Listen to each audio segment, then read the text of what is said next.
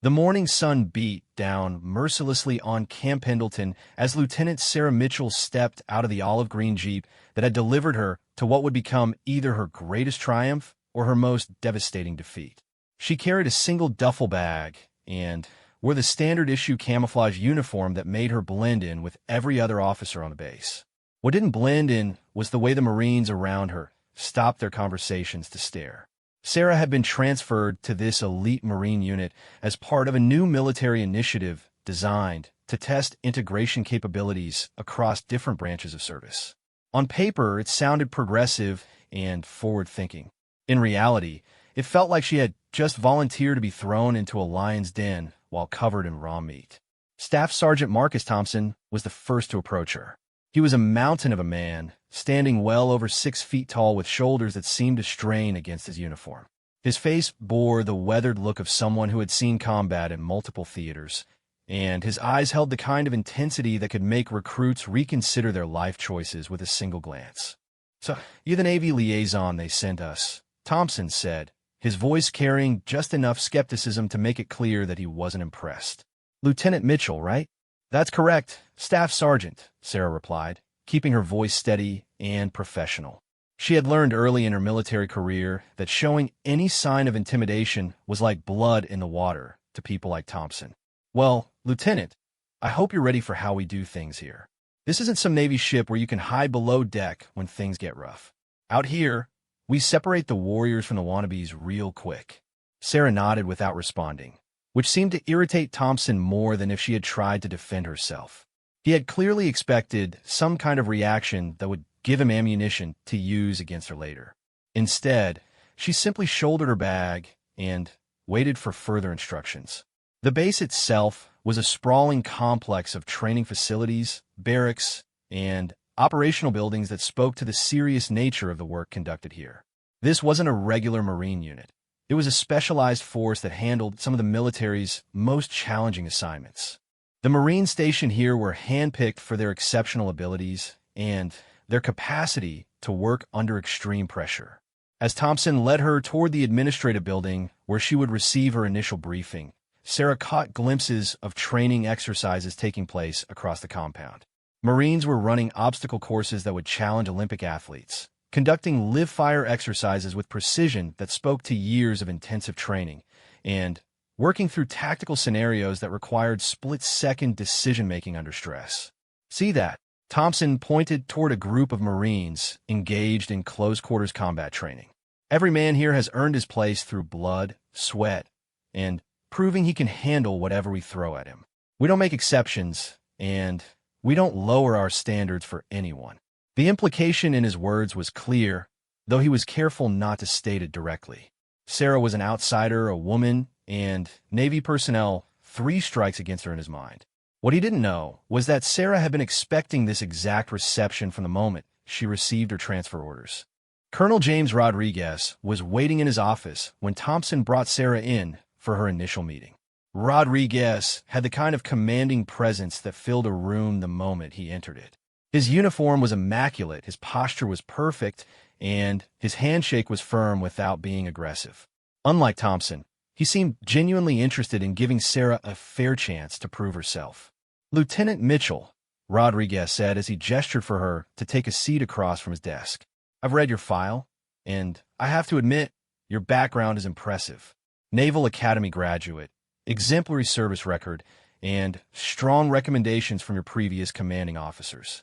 But I'm sure you understand that recommendations only go so far in a unit like this." "Understand completely, sir," Sarah replied. "I'm prepared to prove myself through my actions and my performance." Rodriguez nodded approvingly. "That's exactly what I wanted to hear. Now, I'll be direct with you. Some of the men here aren't thrilled about this integration experiment. They're going to test you in ways that might not always be completely fair or completely by the book. My advice is to keep your head down, do your job, and show them that you belong here through your competence and your character." What Rodriguez didn't mention, and what Sarah suspected he might not even know, was that some of his Marines had already begun planning ways to make her stay as uncomfortable and as brief as possible. Thompson had spent the previous evening discussing with his closest allies exactly how they could create situations that would expose what they assumed were her limitations and force her to request a transfer back to Navy duty. The plan they had developed was elegant in its simplicity. They would volunteer Sarah for the most challenging and physically demanding assignments available. They would make sure she was included in exercises designed to push Marines to their absolute limits. They would create scenarios where she would be forced to either perform at an elite level or face public failure that would make her position untenable. What made their plan particularly insidious was that it would all appear completely legitimate. They weren't planning to violate any regulations or engage in obvious harassment. Instead, they would use the normal structure and culture of the unit to create a pressure cooker environment that they believed would break her resolve within a matter of weeks. Sarah spent her first day completing administrative requirements, receiving her room assignment in the officers' quarters, and getting oriented to the layout and procedures of the base. She was professional and courteous in all her interactions, but she kept largely to herself, observing the dynamics around her and getting a feel for the personalities she would be working with. Her quarters were spartanly furnished, but adequate: a single bed, a desk, a small closet, and a window that looked out over one of the training areas. As she unpacked her belongings, she could hear Marines conducting evening training exercises outside, their voices carrying clearly through the thin walls. "I give her 2 weeks," she heard one voice say clearly. 2 weeks? That's generous. I'm betting she's asking for a transfer by Friday," another voice replied. "Either way, this is going to be entertaining. Haven't seen someone set up for failure this obvious since that kid from Nebraska who thought he could handle recon training." Sarah continued unpacking without showing any reaction to the conversation, though she filed the information away for future reference. She had learned early in her career that people often revealed their true intentions when they thought they weren't being overheard. That evening, she made her way to the officers' mess hall for dinner. The dining facility was bustling with Marines who had finished their training for the day and were unwinding over meals and conversation. When Sarah entered the room, the noise level dropped noticeably as dozens of pairs of eyes turned to evaluate the newcomer. She selected her meal from the serving line and looked for a place to sit. Most of the tables were occupied by groups of Marines who had clearly worked together for months or years, and none of them made any gesture to invite her to join them. Sarah found an empty table near the windows and sat down to eat alone, which was exactly what she had expected would happen. Lieutenant David Carter, one of the few officers who seemed genuinely friendly, eventually broke away from his group and approached her table. Carter was younger than most of the other officers, with an easy smile and the kind of relaxed confidence that suggested he was secure in his position within the unit's hierarchy. "Mind if I join you?" Carter asked, already setting his tray down across from her. "Please do," Sarah replied, grateful for the company, even though she suspected Carter might have been sent over to gather intelligence about her background and intentions. "So what brings a Navy officer to our little corner of the Marine Corps?" Carter asked, cutting into his steak with practiced efficiency. "Orders," Sarah replied with a slight smile. "Though I have to admit, I requested this assignment when the opportunity arose. I was looking for a chance to work with different branches of service and learn new approaches to military operations." "Well, you've certainly come to the right place if you want to learn new approaches. We do things a little differently here than in most units. The training is more intense, the standards are higher, and the margin for error is basically non-existent." Carter's tone was conversational and friendly, but Sarah detected the underlying message. He was letting her know what she was up against without being overtly threatening about it. "I appreciate the heads up," Sarah said. "I'm looking forward to the challenge." As they continued their conversation, Sarah became aware that their table had become the focus of attention for most of the other diners in the mess hall. Marines were trying to appear casual while clearly listening to everything that was being said, and she could see small groups huddled in whispered discussions that stopped whenever she looked in their direction. The next morning brought Sarah's first real taste of what her new assignment would entail. She was awakened at 0500 hours by the sound of her door being pounded with enough force to rattle the hinges. When she opened it, she found Thompson standing outside with a grin that didn't reach his eyes. "Time for your first training exercise," Lieutenant Thompson said. "We're doing a 20-mile forced march through the mountains, followed by tactical scenarios that will test your ability to think clearly under physical stress. Hope you brought your hiking boots." Sarah had been expecting something like this, so she was already dressed in her physical training gear. "I'm ready when you are, Staff Sergeant." "Outstanding," Thompson replied, though his expression suggested he found her preparedness slightly disappointing. "We'll be moving fast and covering rough terrain, so make sure you can keep up. We don't slow down for stragglers." The forced march began 30 minutes later with 20 Marines and one Navy lieutenant setting out into the hills surrounding Camp Pendleton as the sun was just beginning to rise above the horizon. The pace was aggressive from the beginning, designed to push everyone to their cardiovascular limits while navigating terrain that included steep climbs, rocky descents, and sections that required scrambling over obstacles using both hands and feet. Sarah settled into a position near the middle of the group, maintaining the pace without apparent difficulty while keeping her breathing controlled and her steps efficient. She had learned during her previous training that starting too fast or too aggressively often led to burning out before reaching the finish line. The Marines around her were clearly in excellent physical condition, but Sarah noticed that the pace Thompson had set was faster than what would normally be considered sustainable for a 20-mile distance. This was apparently designed to be a test of mental toughness as much as physical capability, who would be willing to push themselves beyond their comfort zone, and who would ask for the pace to be slowed or call for rest breaks. By the time they reached the 10-mile mark, several of the Marines were breathing heavily and showing signs of fatigue, though none of them were willing to be the first to suggest slowing down. Sarah maintained her position in the group, keeping pace with the leaders while conserving energy for whatever challenges would come after the march was completed.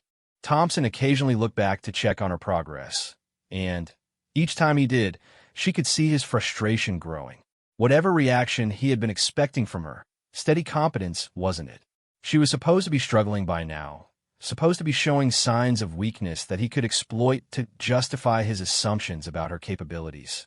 The tactical scenarios that followed the forced march were designed to test decision-making abilities under conditions of physical and mental exhaustion.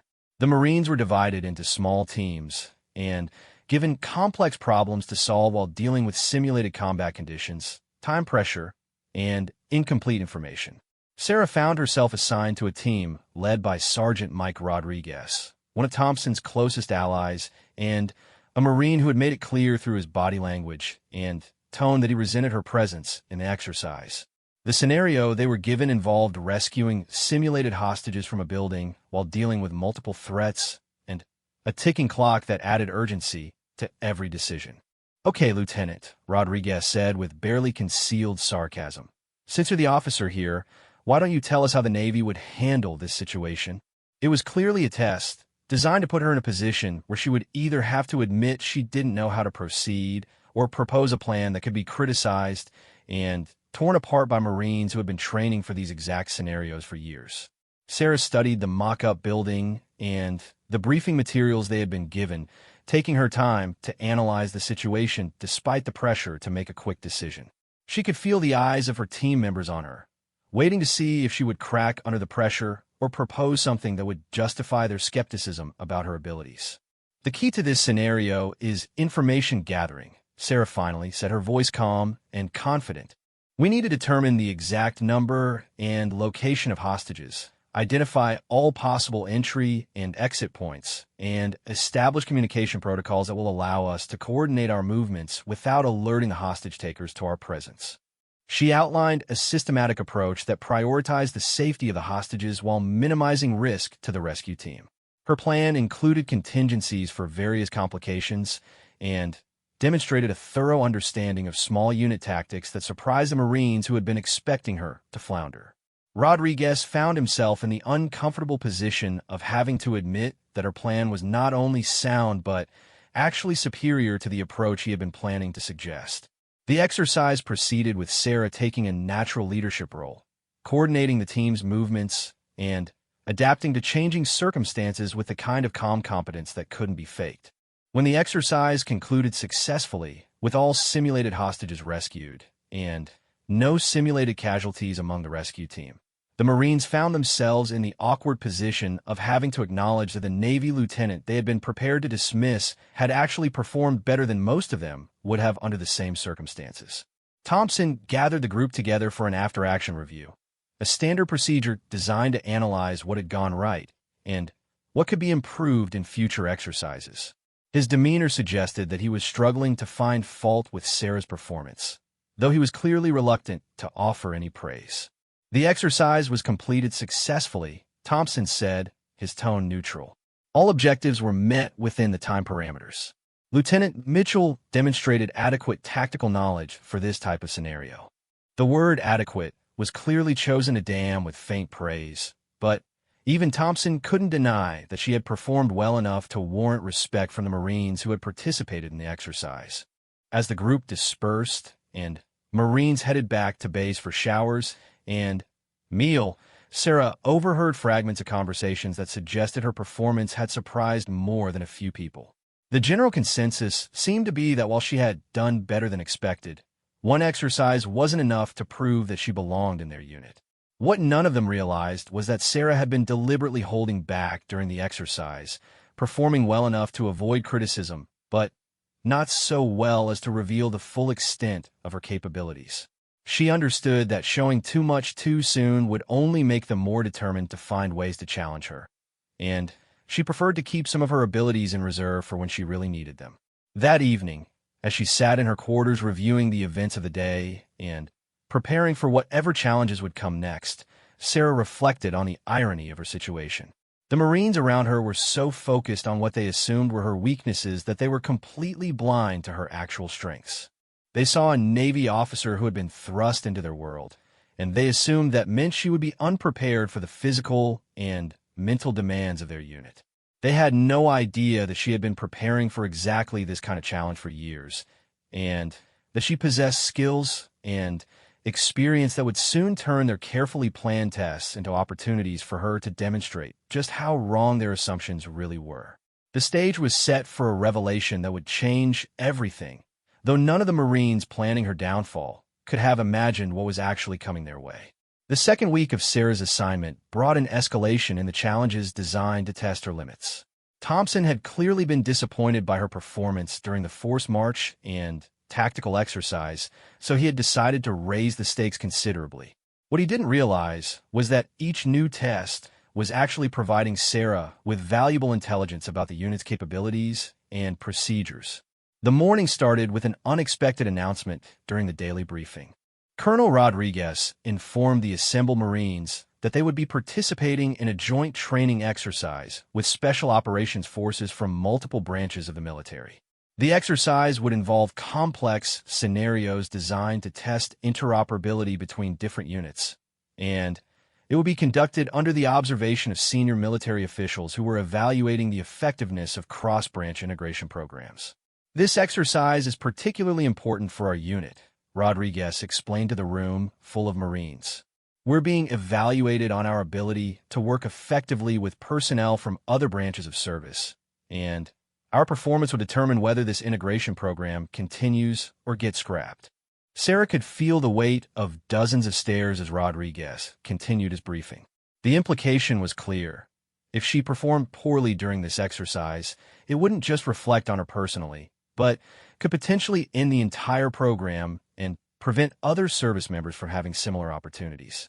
Thompson stepped forward as Rodriguez finished his remarks. Lieutenant Mitchell will be participating as our Navy representative, he announced with a tone that suggested he was delivering bad news.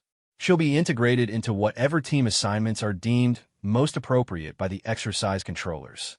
After the briefing ended, Sarah found herself surrounded by Marines who were making it clear that they expected her to be a liability during the upcoming exercise. The conversations happening around her were carefully designed to be overheard, filled with references to how challenging the exercise would be and how important it was that every team member be able to pull their own weight. These special ops guys don't mess around, one Marine said loud enough for Sarah to hear clearly. If you can't keep up with their pace, they'll drop you from the exercise faster than you can blink. Yeah, and if our unit looks bad because of weak links, it reflects on all of us, another added. Some people need to think about whether they're really ready for this level of intensity. Sarah continued preparing her equipment without showing any reaction to the comments, though she was carefully noting which Marines seemed most invested in undermining her confidence. She had dealt with similar psychological tactics during previous assignments, and she knew that the best response was to let her performance speak for itself. The Special Operations personnel began arriving at Camp Pendleton that afternoon, and their presence immediately changed the atmosphere on the base. These were elite soldiers from various branches of the military, each one handpicked for their exceptional abilities and their experience in high-stakes operations.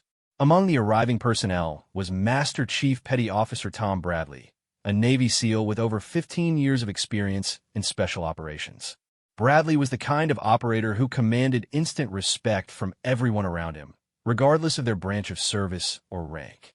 His presence was quiet but commanding, and even the most confident Marines seemed to stand a little straighter when he was nearby. Sarah was introduced to Bradley during an informal meet and greet session that had been organized to help personnel from different units get acquainted before the exercise began. When they shook hands, Bradley held her gaze for just a moment longer than was typical for a standard introduction. "Lieutenant Mitchell," Bradley said, his voice carrying a tone that suggested he was genuinely interested in the conversation. "I understand you're representing the Navy in this integration exercise." "That's correct, Master Chief," Sarah replied. "I'm looking forward to working with your team." Bradley nodded thoughtfully. Integration exercises can be challenging for everyone involved. Different branches have different approaches to solving problems, and sometimes it takes a while to find the right balance. There was something in Bradley's tone that suggested he understood more about her situation than he was letting on, though Sarah couldn't be sure whether there was wishful thinking on her part or if he had actually picked up on the dynamics that were playing out around her. The exercise began the following morning with teams being assigned to various scenarios that would test their ability to work together under pressure. Sarah found herself assigned to a team that included 4 Marines from her unit and 2 Special Operations soldiers from the Army. The team leader was Captain Steve Harrison, a Marine who had made it clear during previous interactions that he considered the integration program to be a waste of time and resources. Their assigned scenario involved infiltrating a simulated enemy compound, gathering intelligence, and extracting without being detected by the opposing force. It was the kind of mission that required precise coordination, careful planning, and the ability to adapt quickly when things didn't go according to plan. Harrison began the planning session by essentially ignoring Sarah's presence, directing all of his comments to the male team members, and making assignments that seemed designed to minimize her role in the operation. He assigned her to provide rear security during the infiltration, a position that would keep her away from the main action and limit her opportunities to contribute meaningfully to the mission's success. "Lieutenant," Harrison said when the planning was nearly complete, "your job will be to maintain overwatch from this position and alert us if you see any threats approaching from the rear. Think you can handle that without getting confused about which direction is which?" The comment drew snickers from some of the Marines on the team, though the Special Operations soldiers remained professional and focused on their own preparations. Sarah nodded acknowledgement without rising to the bait, though she was already developing alternative plans that would allow her to contribute more effectively if the opportunity arose.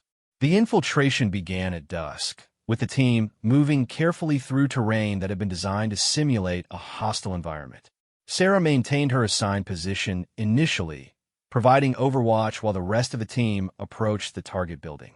However, as the operation progressed, it became clear that Harrison's plan had a critical flaw that was about to compromise the entire mission. The opposing force had positioned sentries in locations that Harrison hadn't accounted for, and his team was about to walk directly into an ambush that would result in mission failure. From her overwatch position, Sarah could see the threat developing, but Harrison's predetermined plan didn't include procedures for her to communicate tactical intelligence to the rest of the team. Sarah had to make a split-second decision between following Harrison's restrictive orders and taking action that could save the mission. She chose to act, using hand signals to communicate the sentry positions to the team and then moving from her assigned position to neutralize one of the threats that was about to expose their presence.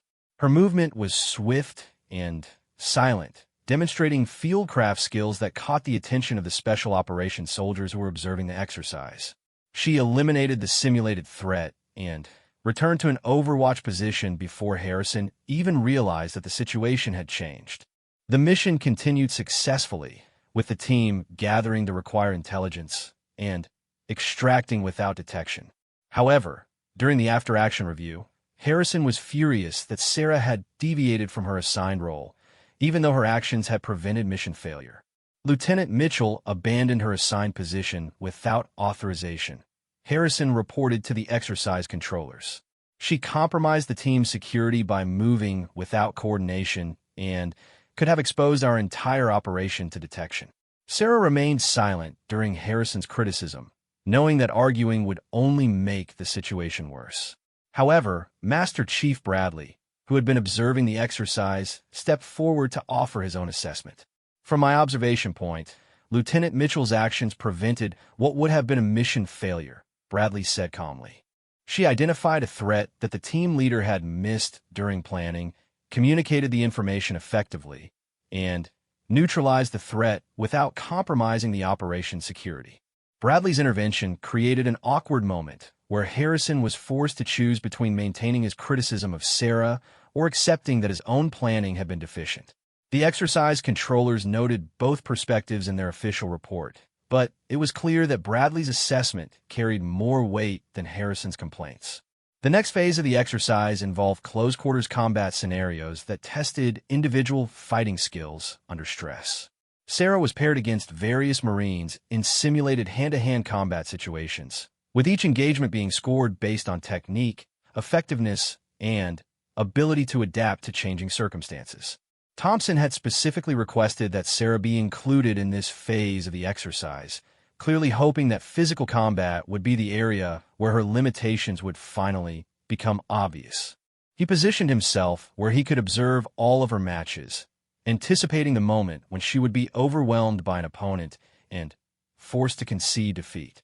Sarah's first opponent was Corporal Jake Morrison, a Marine who was known throughout the unit for his aggressive fighting style and his ability to intimidate opponents before the combat even began. Morrison outweighed Sarah by at least 50 pounds and had a significant reach advantage, factors that normally would have given him a decisive edge in close-quarters combat. The match began with Morrison attempting to use his size and strength advantages to overwhelm Sarah quickly. He launched a series of aggressive attacks designed to back her against the wall of the training area and limit her mobility. However, Sarah didn't react the way he expected. Instead of trying to match his aggression or backing away from his attacks, she used his momentum against him, redirecting his energy and creating opportunities for counterattacks. Her movements were fluid and precise, demonstrating a level of training that went far beyond the basic combat skills that most Navy officers possessed. She avoided Morrison's attempts to grapple with her, while landing strikes that scored points and disrupted his rhythm. The match ended with Morrison flat on his back, staring up at the ceiling while trying to figure out how he had ended up there. Thompson's expression grew increasingly grim as Sarah faced opponent after opponent, without showing signs of fatigue or difficulty. Each Marine who entered the training area confident that they would be the one to expose her weaknesses found themselves dealing with someone whose skills were far more advanced than they had anticipated. The most telling moment came when Sarah was matched against Sergeant First Class David Kim, one of the unit's hand-to-hand combat instructors, and a Marine who had never lost a sparring match against anyone in the unit. Kim approached the match with professional respect for his opponent, but also with confidence that his experience and training would give him a clear advantage. The match lasted longer than any of the others, with both fighters demonstrating high levels of skill and tactical awareness. Kim was able to score several points against Sarah, but she consistently found ways to counter his techniques and create scoring opportunities of her own. The engagement became a chess match of combat techniques, with each fighter adapting to the other's strategies and looking for weaknesses to exploit. When the match ended, it was Sarah who had accumulated more points, though Kim had clearly pushed her harder than any of the previous opponents. As they bowed to each other at the conclusion of the match, Kim offered a nod of genuine respect that didn't go unnoticed by the Marines who had been watching. "Where did you learn to fight like that?" Kim asked, as they left the training area. "Various places," Sarah replied diplomatically. "The Navy provides more comprehensive combat training than most people realize." Kim nodded, though his expression suggested that he suspected there was more to her background than standard Navy training. Combat skills like the one Sarah had displayed didn't develop through routine military instruction. They required specialized training and significant experience under pressure. The final phase of the day's exercise involved team-based tactical scenarios that required complex coordination between multiple units. Sarah found herself assigned to a mixed team that included Marines, Army Special Operations soldiers, and Air Force personnel. The scenario involved a hostage rescue operation in an urban environment, with multiple buildings, civilians, and a sophisticated opposing force. Master Chief Bradley was assigned as the overall exercise commander, a role that put him in charge of coordinating between all the different teams involved in the operation. During the planning phase, he made a point of soliciting input from all team members, including Sarah, and incorporating their suggestions into the overall tactical plan. "Lieutenant Mitchell," Bradley said during the planning session, "you'll be leading the team responsible for securing the building's upper floors and ensuring that we have clear escape routes once the hostages are located." The assignment was a significant responsibility that demonstrated Bradley's confidence in her abilities, though it also put additional pressure on her to perform at an elite level. Sarah accepted the assignment without hesitation, though she was aware that every Marine in the room was watching to see how she would handle the increased responsibility. The operation began with multiple teams moving simultaneously toward their assigned objectives. Sarah led her team through a complex infiltration that required them to navigate through a building filled with simulated civilians while avoiding detection by the opposing force. Her team included 2 Marines who had been openly skeptical about her capabilities, and she knew that any mistakes would be magnified and used as evidence that she wasn't qualified for this level of responsibility. The building clearing went smoothly, with Sarah's team systematically securing each floor while maintaining communication with the other teams involved in the operation. Her leadership was calm and confident, and she made tactical decisions that demonstrated both sound judgment and the ability to adapt to changing circumstances. However, the real test came when the operation encountered unexpected complications. The opposing force had anticipated the rescue attempt and had prepared countermeasures that threatened to trap the rescue teams inside the building. Sarah's team found themselves cut off from their planned escape route and facing the possibility of being overwhelmed by enemy forces. Sarah quickly assessed the situation and developed an alternative plan that involved creating a new escape route through a section of the building that hadn't been part of the original operation.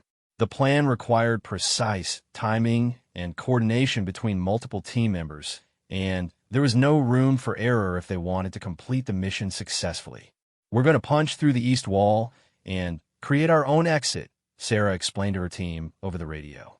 "I need suppressing fire from positions Alpha and Bravo while Charlie team creates the breach.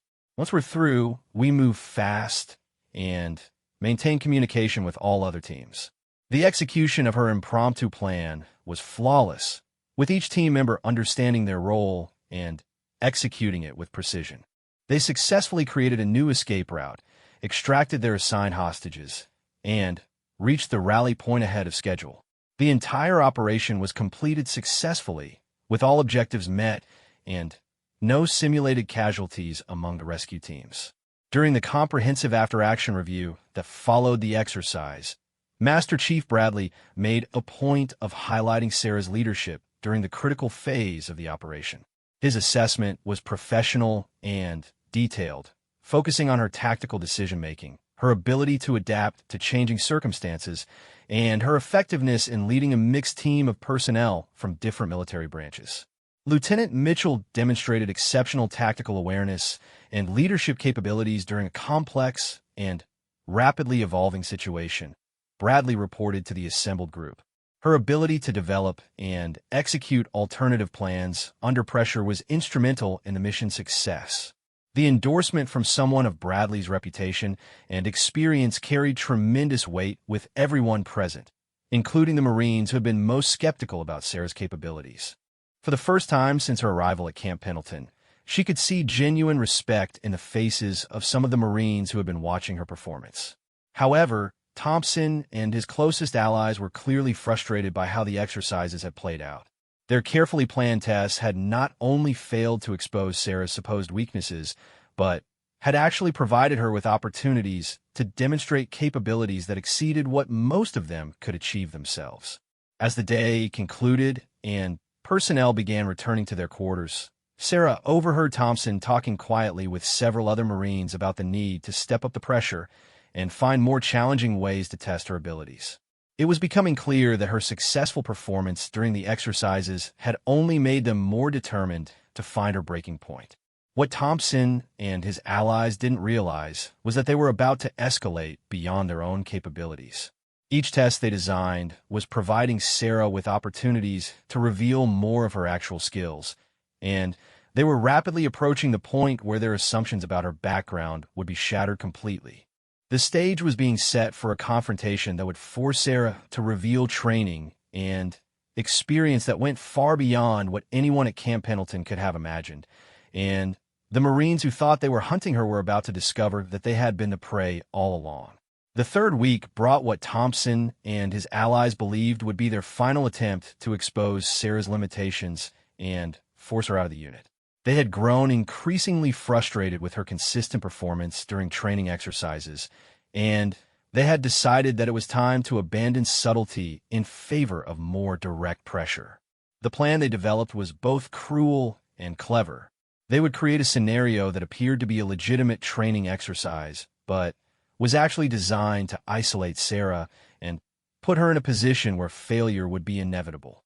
The scenario would involve a nighttime survival exercise in the mountains surrounding Camp Pendleton, where she would be required to evade capture by a team of Marines while completing specific objectives under extreme conditions. What made their plan particularly insidious was that they intended to violate the established safety protocols for such exercises. Instead of using the standard rules of engagement that protected participants from actual harm, they planned to push the boundaries of what was considered acceptable during training. Their goal was to create a situation so overwhelming and dangerous that Sarah would either be forced to quit or would suffer some form of breakdown that would justify her removal from the unit. Thompson presented the exercise to Colonel Rodriguez as a final evaluation of Sarah's readiness to participate in the unit's most demanding operations. He argued that her performance during previous exercises, while adequate, had not been tested under the kind of extreme conditions that the unit regularly faced during actual missions. "Sir, we need to know if Lieutenant Mitchell can handle the psychological pressure of being hunted by a superior force while operating alone in hostile territory," Thompson explained during his briefing to Rodriguez. "This exercise will simulate the kind of situation where an operator has been separated from their team and must evade capture while completing mission-critical objectives." Rodriguez approved the exercise, though he insisted on maintaining the standard safety protocols and having medical personnel standing by in case of emergencies. What he didn't know was that Thompson and his allies had already decided they would push beyond those protocols if it meant achieving their goal of breaking Sarah's resolve. The exercise was scheduled to begin on Friday evening and continue through the weekend, giving Thompson's team maximum time to pursue and pressure Sarah in the mountainous terrain around the base. She would be given a 6-hour head start and a list of objectives to complete at various locations throughout the area. The pursuing team would consist of 8 Marines who were some of the unit's most experienced trackers and survival specialists. Sarah was briefed on the exercise parameters Thursday afternoon, giving her limited time to prepare for what was being presented as one of the most challenging individual tests the unit administered. She was told that she would be equipped with basic survival gear, a limited amount of water and food, and communication equipment that would allow the safety team to monitor her general location. The exercise will test your ability to operate independently under extreme stress while being pursued by a determined opposing force, Thompson explained during the briefing.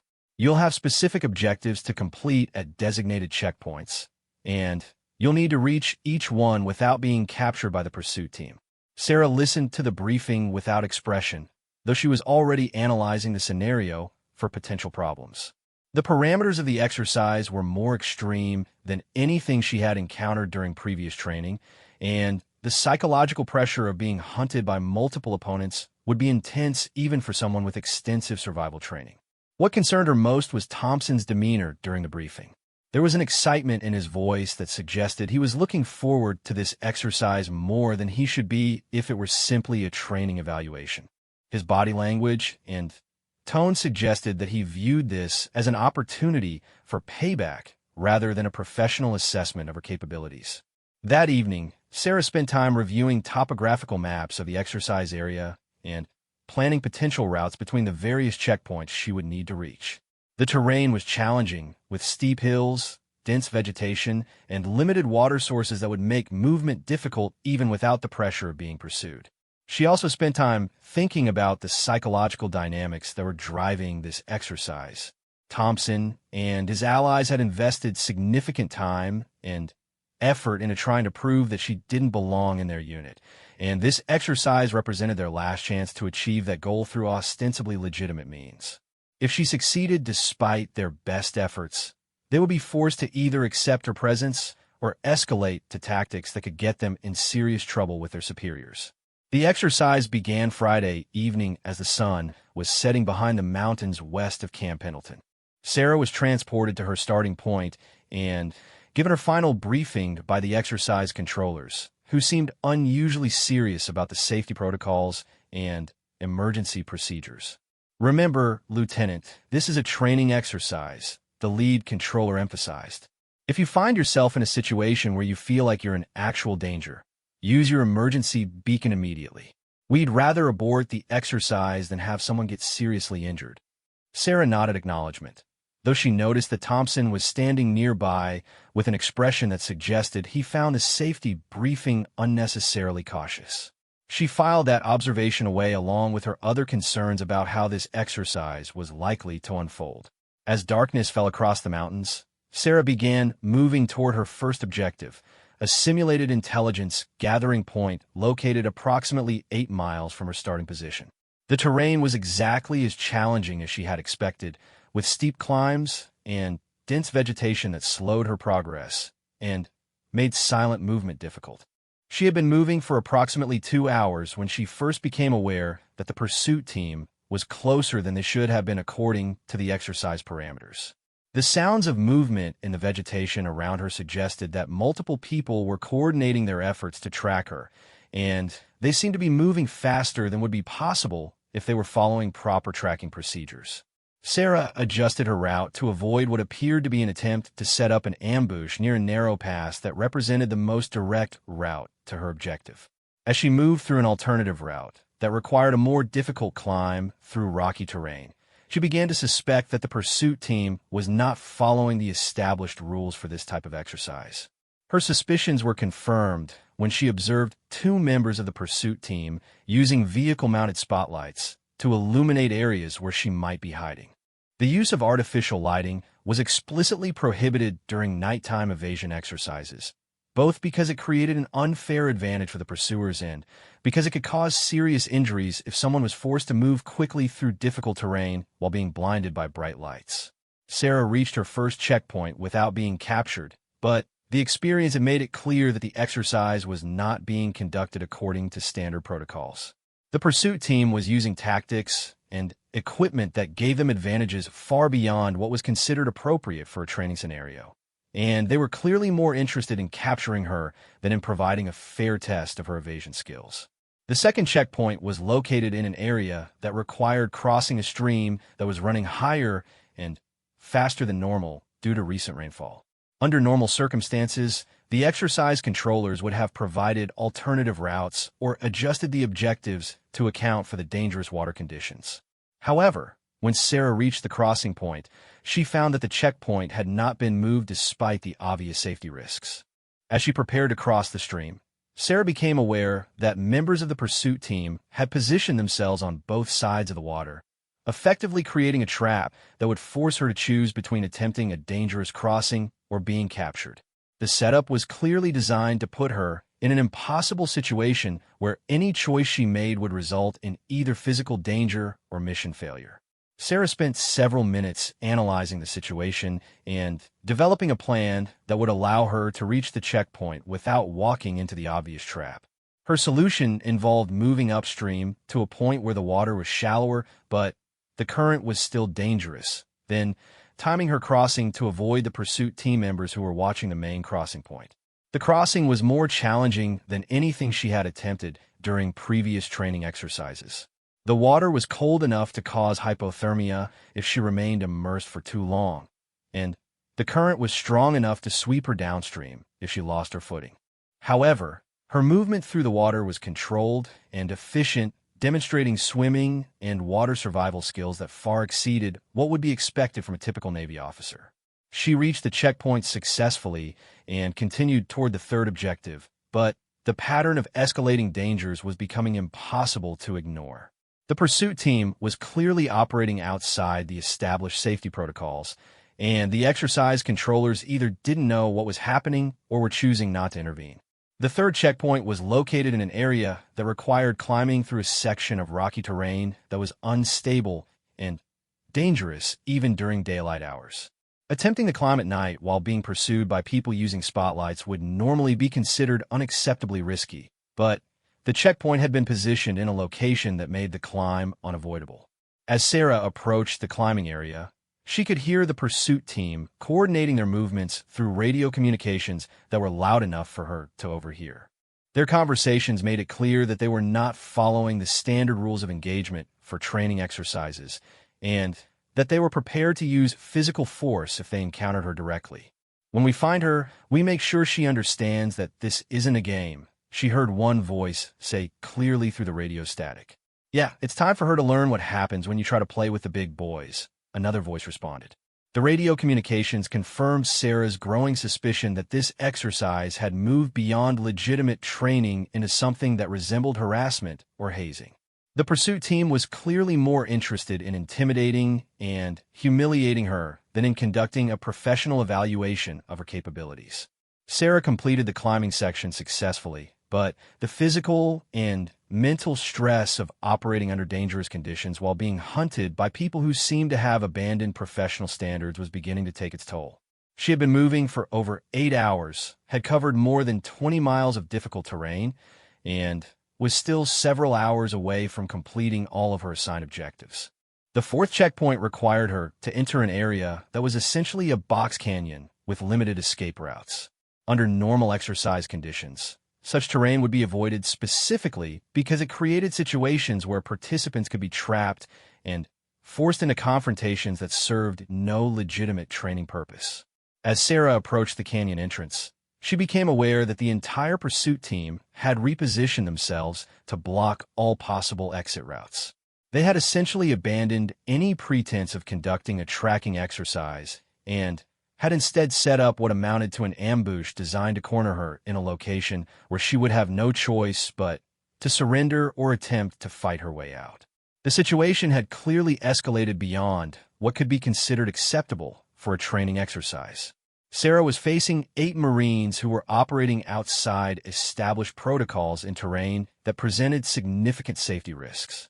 Any confrontation that occurred in such conditions could result in serious injuries for everyone involved. Sarah activated her emergency beacon, the device that was supposed to signal exercise controllers that she needed immediate assistance due to safety concerns. However, after waiting for several minutes without seeing any response from the safety team, she began to suspect that either the beacon was malfunctioning or her emergency signal was being ignored. The pursuit team was moving closer to her position, and their radio communications indicated that they intended to flush her out of cover regardless of the potential consequences.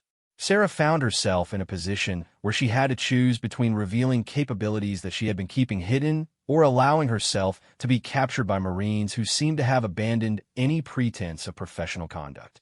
"Time to come out, Lieutenant," Thompson's voice called out across the canyon. "You've had a good run, but it's time to face reality. You're outnumbered, outgunned, and out of your league." Sarah remained silent, using the time to assess her tactical options while the Marines continued to close in on her position.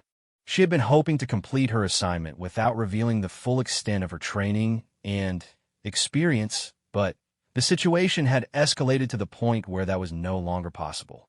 "We can do this easy, or we can do this hard," another voice called out. "But either way, you're coming with us tonight." The tone and content of the communications made it clear that the Marines had moved completely beyond the boundaries of legitimate training.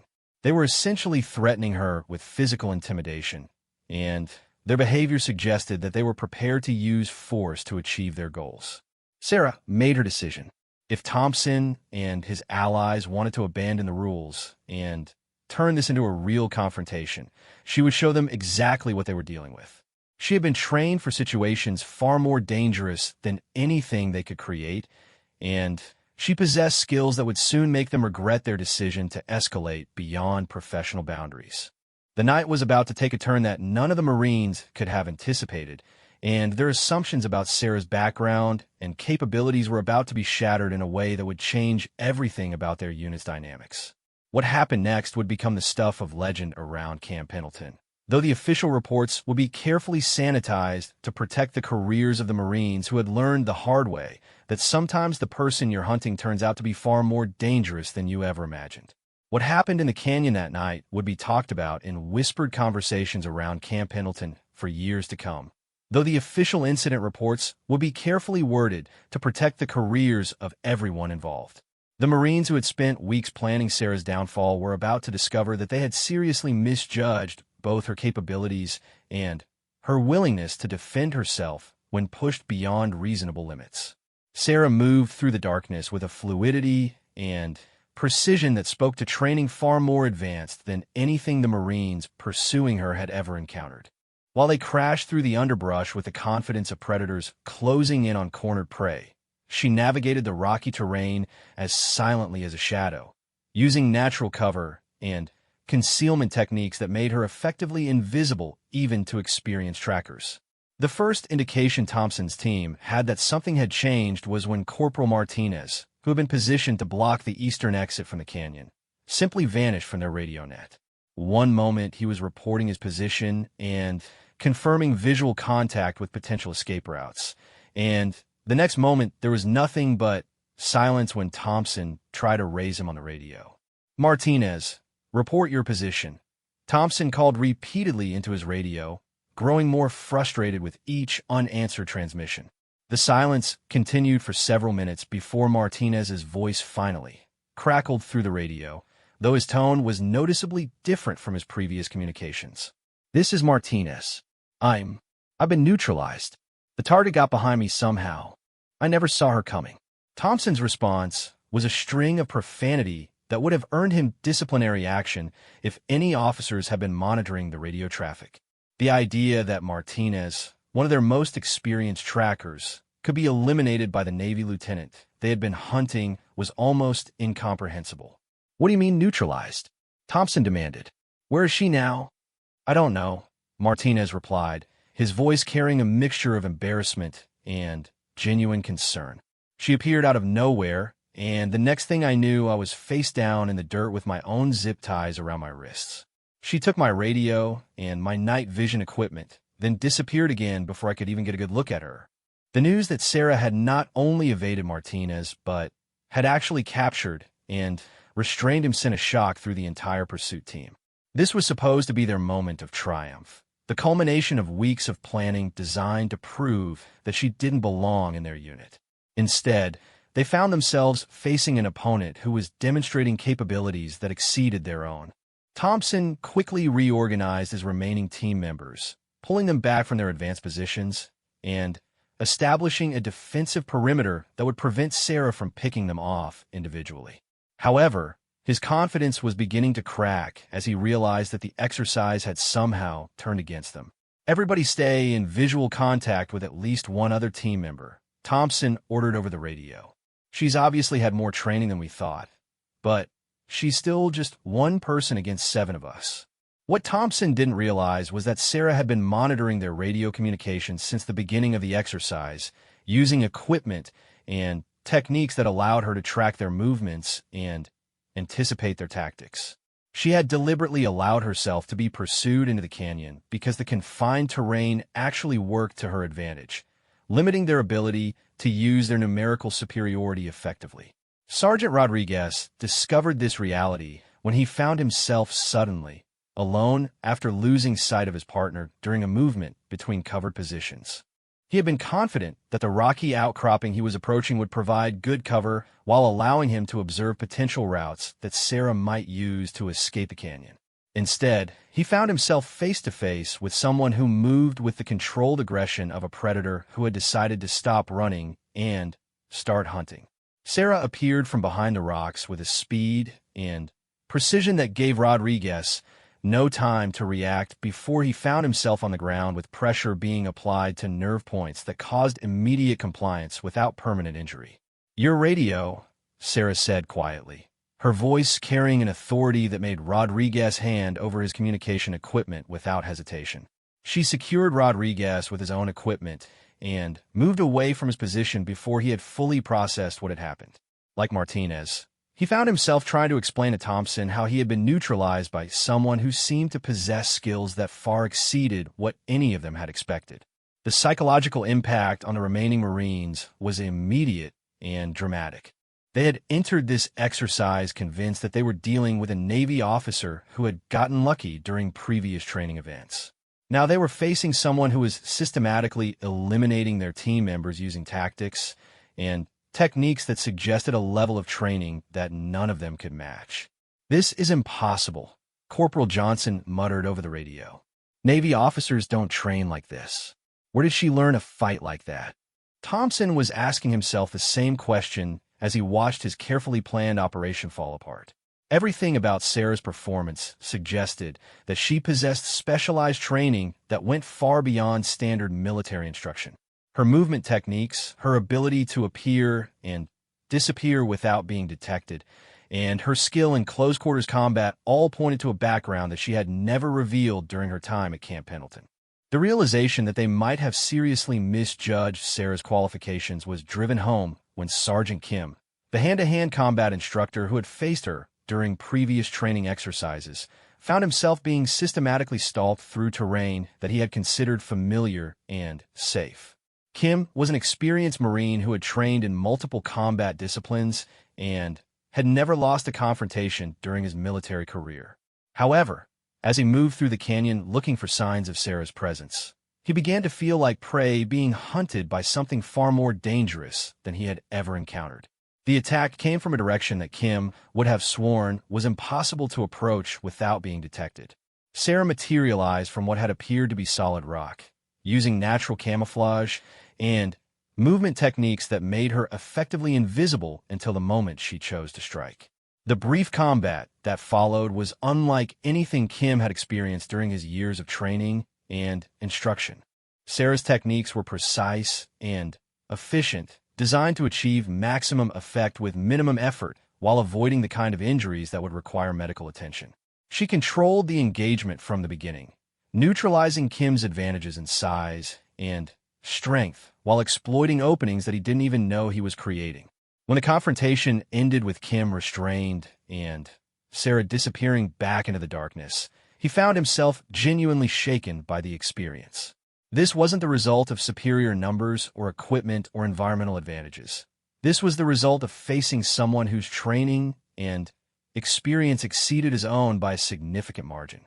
"Thompson, we need to abort this exercise," Kim reported over the radio, his professional pride warring with his recognition that they were in over their heads. "This isn't what we thought we were dealing with.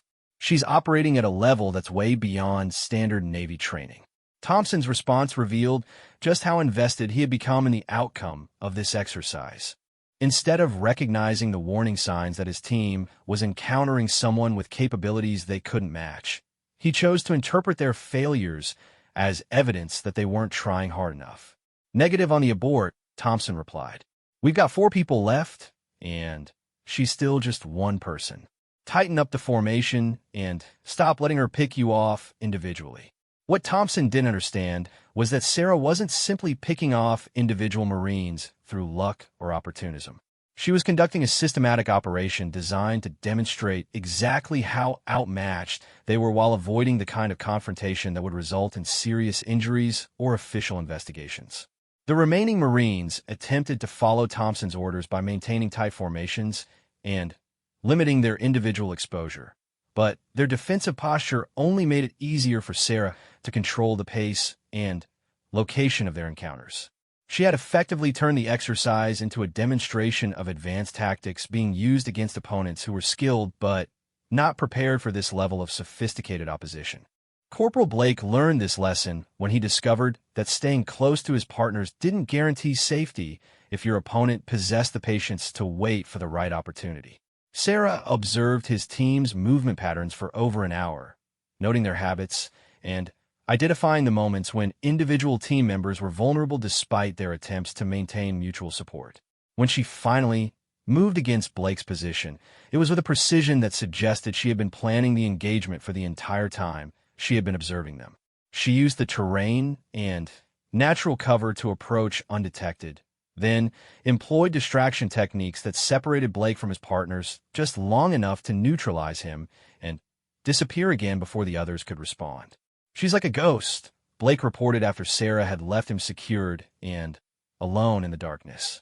"I never saw her coming, and by the time I realized what was happening, it was already over." Thompson found himself commanding a pursuit team that had been reduced to 3 Marines, all of whom were beginning to question whether their original assessment of Sarah's capabilities had been catastrophically wrong. The confidence and aggression that had driven them to organize this confrontational exercise was rapidly being replaced by a growing recognition that they were facing someone whose skills exceeded their own. The final phase of what had become Sarah's demonstration began when she decided to confront Thompson directly. Rather than continuing to pick off individual team members, she chose to engage the remaining Marines as a group, using tactics that would make it clear exactly how outmatched they had been from the beginning. She appeared in their midst with a suddenness that caught all 3 remaining Marines completely off guard, moving through their defensive position with a combination of speed, precision, and tactical awareness that left them scrambling to respond. What followed was a brief but intense engagement that demonstrated the difference between Marines who were skilled within the context of their normal training and someone who had been prepared for situations that went far beyond conventional military scenarios. Thompson found himself face down in the rocky soil of the canyon floor, with Sarah applying joint locks and pressure holds that controlled his ability to move without causing permanent damage. His radio and weapons had been taken, and the other 2 Marines were in similar situations nearby, restrained and disarmed but essentially unharmed. "Staff Sergeant Thompson," Sarah said quietly, her voice carrying an authority that he had never heard from her before, "I think it's time we had a conversation about the rules of engagement for training exercises." Thompson tried to respond with bluster and defiance, but the reality of his situation made it difficult to maintain his previous attitude. He had spent weeks planning an operation designed to break Sarah's confidence and force her out of their unit, and instead he found himself completely outmaneuvered by someone whose capabilities he had fundamentally misunderstood. "This exercise was supposed to test my ability to evade capture while completing assigned objectives," Sarah continued. "However, it became clear early in the evening that your team had abandoned the established safety protocols and rules of engagement. When you chose to operate outside those boundaries, you forced me to respond using skills and training that I'd hoped to keep in reserve." As Sarah spoke, Thompson began to realize that she had not been struggling to keep up with their unit's demands. She had been deliberately limiting her performance to avoid revealing the full extent of her capabilities. Everything about her conduct during previous training exercises suddenly made sense when viewed through the lens of someone who had been holding back rather than struggling to measure up. "The question now," Sarah said as she began to release Thompson and his team members, "is whether we can return to professional standards and legitimate training objectives, or whether this situation needs to be reported to Colonel Rodriguez for official investigation." Thompson found himself in the deeply uncomfortable position of realizing that Sarah held all the cards in whatever happened next. She had demonstrated that she could neutralize his entire team whenever she chose to do so, and her conduct throughout the evening had been professional and controlled while his own team had abandoned military discipline in favor of what amounted to harassment. "What do you want?" Thompson asked, his voice lacking the confidence and authority he had displayed just a few hours earlier. "I want to do my job," Sarah replied simply. "I want to contribute to this unit's mission without having to constantly prove that I deserve to be here. And I want to work with Marines who are focused on excellence rather than on trying to drive away personnel who might challenge their assumptions about what excellence looks like." As the first light of dawn began to appear over the mountains surrounding the canyon, Thompson and his remaining team members found themselves facing a reality that none of them had anticipated when they began planning this exercise. They had not succeeded in breaking Sarah Mitchell or forcing her out of their unit. Instead, they had discovered that the person they had been trying to eliminate was someone whose skills and experience exceeded their own in ways that they were only beginning to understand. The long walk back to base was conducted in relative silence, with each of the Marines struggling to process what they had experienced and what it meant for their future interactions with the Navy lieutenant they had seriously underestimated. The exercise that was supposed to end Sarah's assignment at Camp Pendleton had instead become the moment when she finally revealed who she really was and what she was truly capable of achieving. The aftermath of what would later be quietly referred to as the Canyon Incident brought changes to Camp Pendleton that nobody could have anticipated when Sarah Mitchell first stepped off the Jeep that had delivered her to the Marine unit. The 8 Marines who had participated in Thompson's exercise found themselves facing uncomfortable questions about their conduct, while Sarah finally found herself in a position where she could reveal the truth about her background without compromising her mission. Colonel Rodriguez called Sarah into his office Monday morning for what he described as a comprehensive debrief of the weekend exercise. However, when Sarah arrived for the meeting, she found that Master Chief Bradley was also present, along with Captain Susan Martinez from Naval Special Operations Command, who had arrived at Camp Pendleton early that morning on orders that came directly from the Pentagon. "Lieutenant Mitchell," Rodriguez began, his tone more formal than it had been during the previous interactions, "I've been receiving some very interesting reports about the exercise that took place this weekend. Before we discuss those reports, I think there are some things about your background that we need to clarify." Sarah had been expecting this conversation since the moment she had decided to reveal her true capabilities during the Canyon exercise. She had known that demonstrating skills far beyond standard Navy training would eventually lead to questions that could only be answered by revealing information that had been classified at the highest levels. "Yes, sir," Sarah replied. "I've been authorized by Captain Martinez to provide a complete briefing on my background and the nature of my assignment here." Captain Martinez opened a folder that contained documents bearing classification markings that made it clear this briefing would cover material that few people at Camp Pendleton had the security clearance to access. The presence of such high-level documentation suggested that Sarah's assignment to the Marine unit had been far more complex than anyone had realized. "Gentlemen," Martinez began, "what I'm about to tell you is classified at the top secret level and compartmentalized under special operations protocols. Lieutenant Mitchell is not simply a Navy liaison officer assigned to test integration procedures between different branches of service." Rodriguez and Bradley exchanged glances that suggested they had both suspected there was more to Sarah's background than her official personnel file had indicated. However, the revelation that was about to unfold exceeded even their most creative speculations about her true identity and mission. Lieutenant Mitchell graduated from the Naval Academy with a degree in systems engineering and a specialization in unconventional warfare tactics, Martinez continued. Upon graduation, she was selected for the Navy's most classified Special Operations Program, which trains personnel for deep cover assignments that require them to operate undetected within other military units.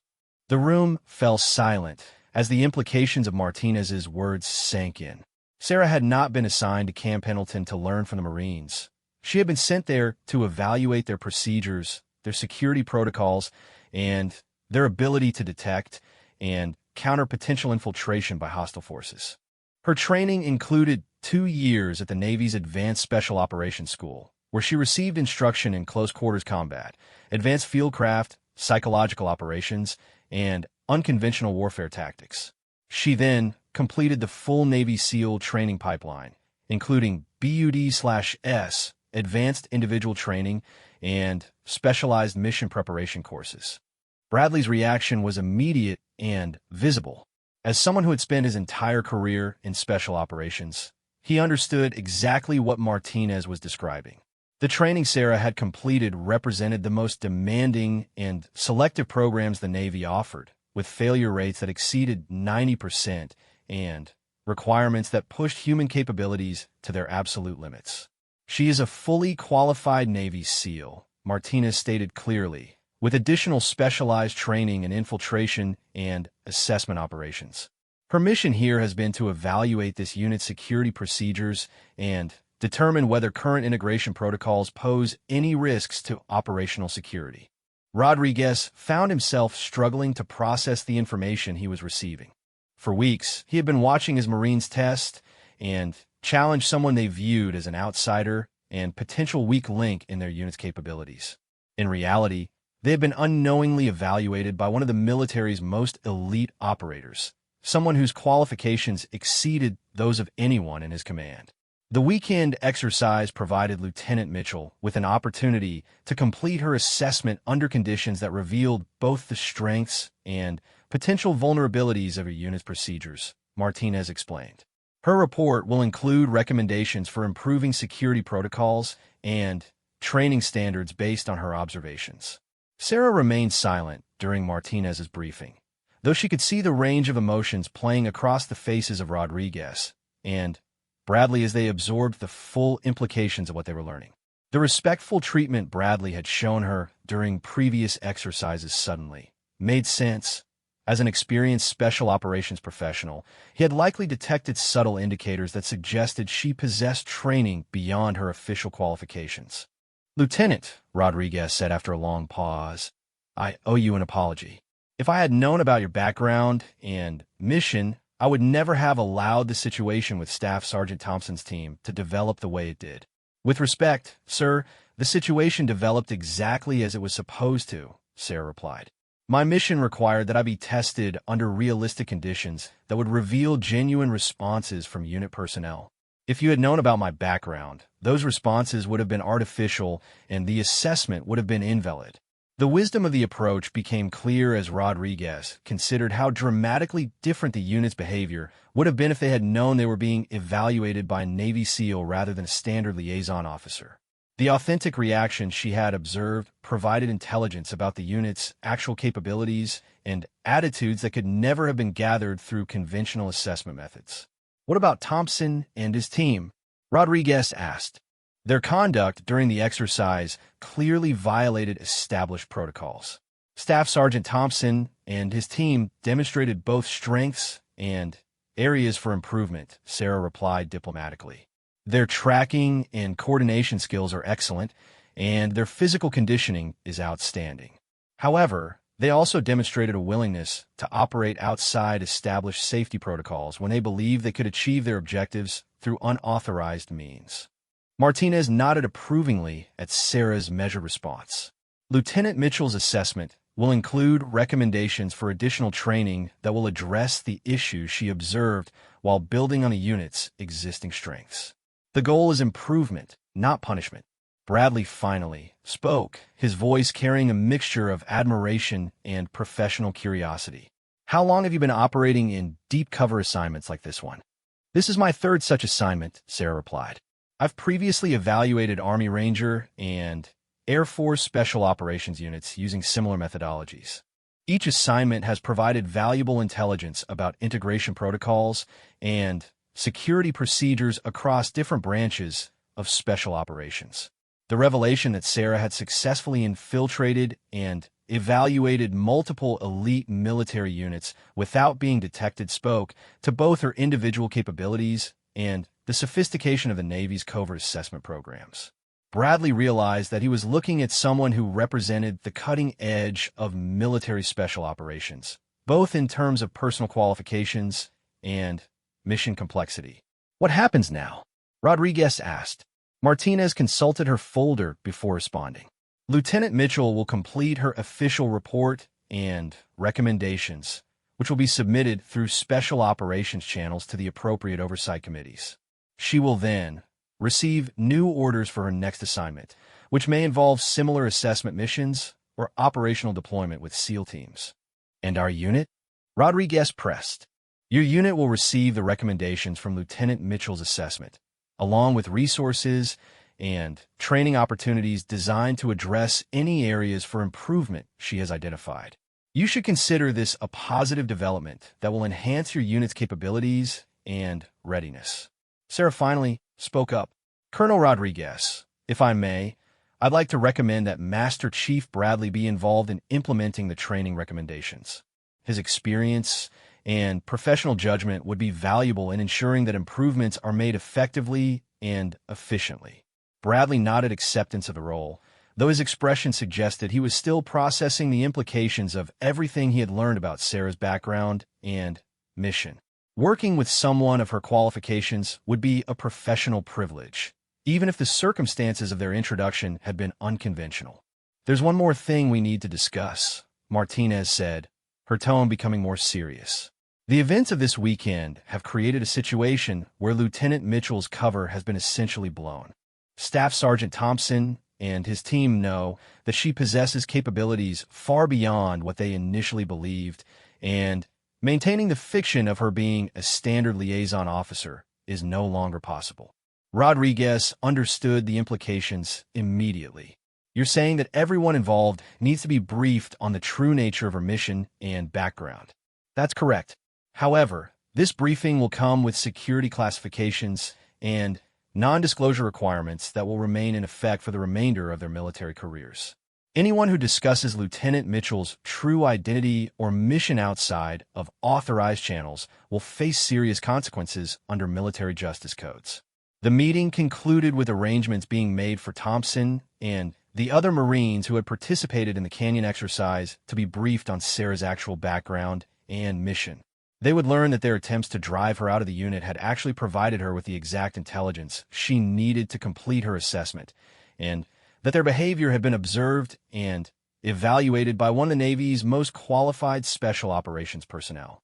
Later that afternoon, Thompson found himself sitting in the same conference room where he had received so many briefings about training exercises and operational procedures.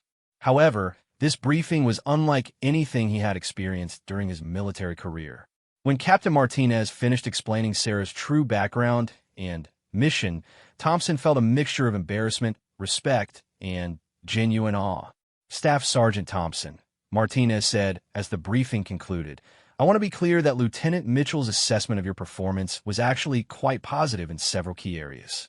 Your team demonstrated excellent technical skills and strong unit cohesion. The issues she identified were largely related to judgment and adherence to established protocols rather than fundamental capability problems. Thompson nodded, though he was still struggling to process the reality that he had spent weeks trying to break someone whose qualifications far exceeded his own. Ma'am, I need to ask, was she ever actually in any real danger during our exercises? Martinez glanced at Sarah, who nodded permission for her to answer honestly. Staff Sergeant, Lieutenant Mitchell has operated successfully in combat zones where the threats were far more serious than anything your team could have created during a training exercise. She was never in any real danger, though she was genuinely concerned about the safety risks your team was creating for yourselves by operating outside established protocols. The revelation that Sarah had been more concerned about their safety than her own added another layer of complexity to Thompson's understanding of what had transpired. The person he had viewed as a weak link who needed to be eliminated had actually been someone who was qualified to train and assess his own unit's capabilities. What happens to us now? Thompson asked. You continue doing your job, Martinez replied. You implement Lieutenant Mitchell's recommendations. You participate in the additional training opportunities that will be provided, and you apply what you've learned to make your unit more effective and more professional. As the briefings concluded and the various participants began to disperse, Sarah found herself walking across the base with Master Chief Bradley, who had offered to show her some of the specialized training facilities she hadn't had access to during her cover assignment. You know, Bradley said as they walked, I suspected there was something different about you from the first day. Your movement, your situational awareness, the way you processed information during briefings, it all suggested training that went beyond standard Navy programs. I was wondering if you had picked up on anything, Sarah replied. Maintaining cover around someone with your experience and background was one of the more challenging aspects of this assignment. Bradley smiled. Well, you did an excellent job. Even suspecting that you had special operations background, I never would have guessed Navy SEAL. Your ability to dial back your performance to match what would be expected from a standard liaison officer was impressive. As they continued their tour of the base, Sarah reflected on how different her interactions with the Marines would be now that her true background had been revealed. The challenges and conflicts of the previous weeks had been necessary for her mission, but she was looking forward to working with these Marines as a professional colleague rather than as someone whose qualifications they questioned. The next morning brought a transformation in the unit's dynamics that was immediately apparent to everyone on the base. Marines who had previously viewed Sarah with skepticism or hostility now approached her with genuine professional respect, recognizing that they were working with someone whose experience and qualifications represented the pinnacle of military special operations training. Thompson, to his credit, was among the first to approach Sarah with a request that demonstrated genuine professional growth. Lieutenant, I was wondering if you might be willing to provide some additional training for my team in the areas where your assessment identified room for improvement. I'd be happy to help, Sarah replied. But I think Master Chief Bradley would be better qualified to lead that.